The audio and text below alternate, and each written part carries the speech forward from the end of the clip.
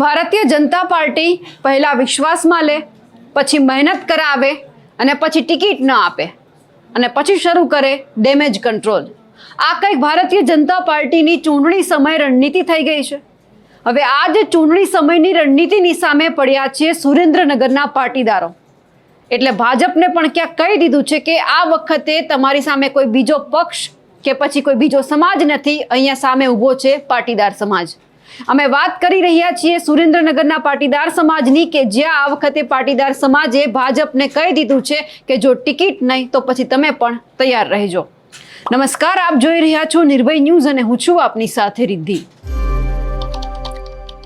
Bharatiya Janata party દ્વારા મહાનગરપાલિકા હોય, તાલુકા પંચાયત કે જિલ્લા પંચાયત, હવે ધીમે ધીમે યાદી છે તે બહાર પાડવામાં આવી રહી છે.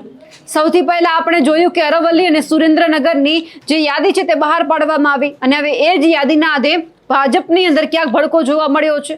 સુરેન્દ્રનગરનો પાટીદાર સમાજ છે તે ક્યાંક નારાજ જોવા મળી રહ્યો છે અને સ્પષ્ટ વાત કરી દીધી છે કે 52 ઉમેદવાર મહાનગરપાલિકા માટે જાહેર કરવામાં આવ્યા, પરંતુ માત્ર એક જ જે પટેલ સમાજના નેતા છે એમને ટિકિટ આપવામાં આવી છે.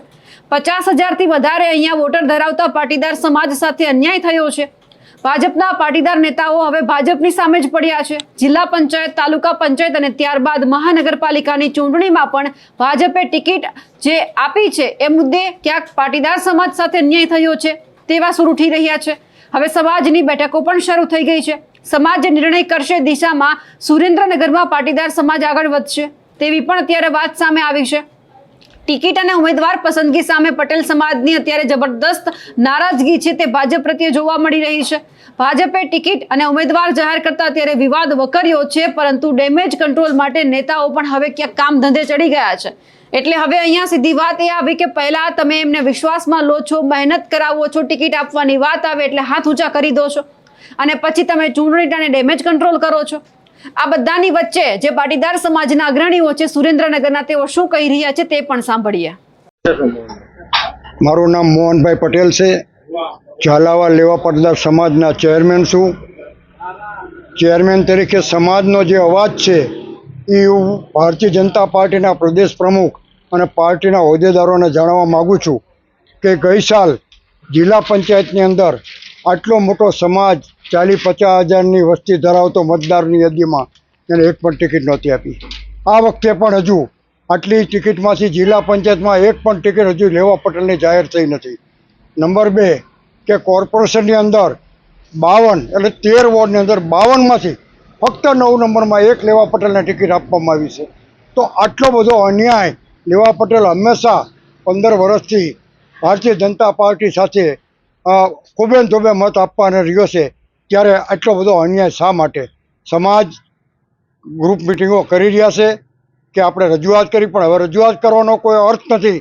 પણ ટીવી મારફત આપને જાણ કરવી છે કે તદ્દન ગેરવ્યાજબી આ બધી બાબત થઈ છે, કારણ કે ટિકિટોમાં અન્યાય થયો છે એ સૌ કોઈ જાણે છે. આના માટે ભારતીય જનતા પાર્ટીના પ્રદેશ પ્રમુખ, એના જે લાગતા વળગતા હોદ્દેદારોને મારી વિનંતી છે કે આ બાબતની ભૂલ સ્વીકારી અને જિલ્લા પંચાયતમાં એક સીટ તો હજુ જાહેર કરે. હજુ એક દિવસ બાકી છે, તો આના માટે સમાજ ખૂબ પ્રયત્નશીલ વિચાર કરી રહ્યો છે અને આના માટે પાર્ટી વિચારે એવી મારી વિનંતી છે. જિલ્લા પંચાયતમાં જાહેર નહીં કરે તો શું કરશે?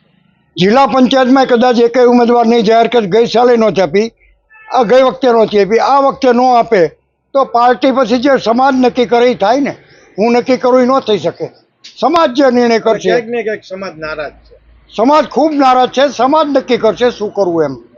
હજુ તો લગભગ 5 કે 6 જિલ્લા એવા છે કે જ્યાં મહાનગરપાલિકા હોય, નગરપાલિકા કે પછી તાલુકા પંચાયત, જિલ્લા પંચાયત, એમની જ યાદી બહાર આવી છે. હવે ભારતીય જનતા પાર્ટીએ એક નવો રસ્તો અપનાવ્યો છે કે હવે યાદી બહાર પાડવાની જગ્યા પર એમને ફોન કરી દેવા, જેથી કરીને જે અંદરનો બળવો હોય છે તે ક્યાંક બહાર ન આવે.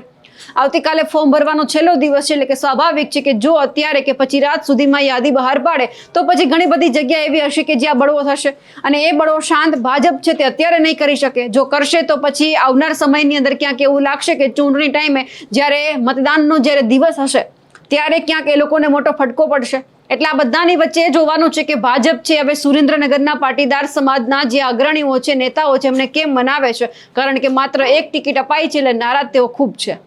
સુરેન્દ્રનગરમાંથી જે આ માથાકૂટ સામે આવી છે, જે આ બળવો સામે આવ્યો છે, તેમને લઈ આપ શું માનો છો? કમેન્ટ કરીને ચોક્કસથી જણાવજો. સાથે જ અમારી નિર્ભય ન્યૂઝ ચેનલને લાઇક, શેર અને સબસ્ક્રાઇબ કરવાનું ભૂલશો નહીં. નમસ્કાર.